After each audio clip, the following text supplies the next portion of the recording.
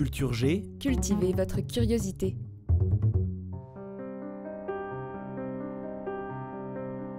bonjour à tous. L'ancien président de la République française, Valéry Giscard d'Estaing, est mort mercredi 2 décembre à l'âge de 94 ans. Cet ancien chef de l'État a marqué la France par de nombreuses réformes. C'est notamment lors de son septennat que l'interruption volontaire de grossesse a été légalisée, que le changement d'heure a été mis en place et que la majorité a été abaissée de 21 à 18 ans.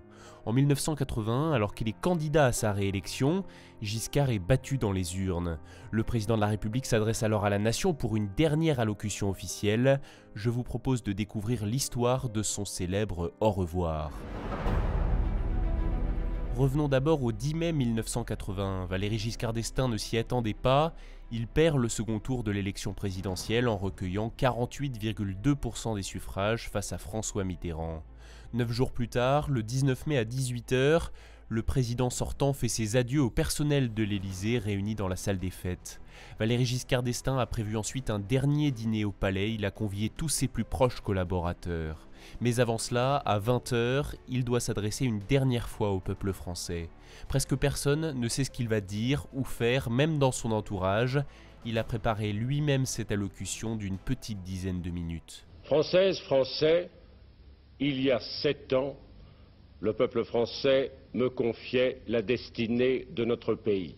Parlant lentement, avec un ton posé et sobre, il dresse son bilan et défend son septennat. Pendant 7 ans, la France a vécu en paix, sans souffrir de secousses intérieures graves, ni politiques, ni sociales. Valéry Giscard d'Estaing parle aussi de l'avenir. Il déclare qu'il restera attentif à tout ce qui concerne l'intérêt de la France.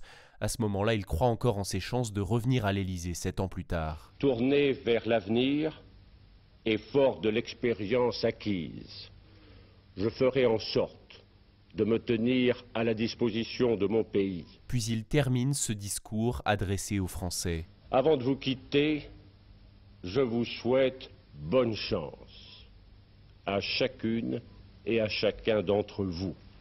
Oui, bonne chance du fond du cœur, sans amertume vis-à-vis des uns et avec une chaude reconnaissance pour les autres.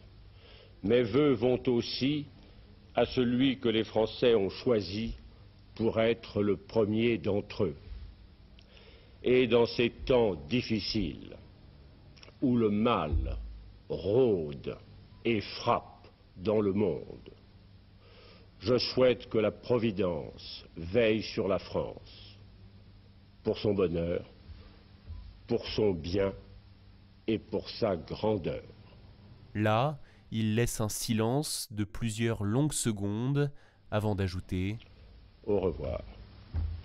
Valéry Giscard d'Estaing se lève, recule, se retourne et quitte le champ de la caméra. Il y a un silence, les téléspectateurs ne voient plus qu'une chaise vide dans une grande pièce. Enfin, la Marseillaise se lance. Des millions de Français viennent de vivre en direct une séquence historique. En 2006, l'ancien président de la République a confié au magazine L'Express les coulisses de cette séquence. Je cite « Il me fallait dire adieu aux Français. Or, en France, on ne dit pas adieu, c'est trop dramatique. On dit au revoir. Après avoir prononcé mon message, pour visualiser ce départ, j'ai demandé au caméraman de filmer ma sortie. Je n'avais pas réalisé que la porte était si loin, ce qui m'a obligé à tourner le dos longtemps aux téléspectateurs, moi qui avais regardé la France au fond des yeux. » Dans le tome 3 de ses mémoires, Valéry Giscard d'Estaing s'est interrogé « En ai-je trop fait dans ce mot de la fin ?» Certains le pensent, d'autres non. Une chose est certaine, cet académicien, cet amoureux des belles lettres, est à jamais associé à celle-ci. Au revoir. Merci d'avoir écouté cet épisode. S'il vous a intéressé, n'hésitez pas à le partager et à vous abonner au podcast Culture G. On se retrouve lundi prochain pour une nouvelle histoire.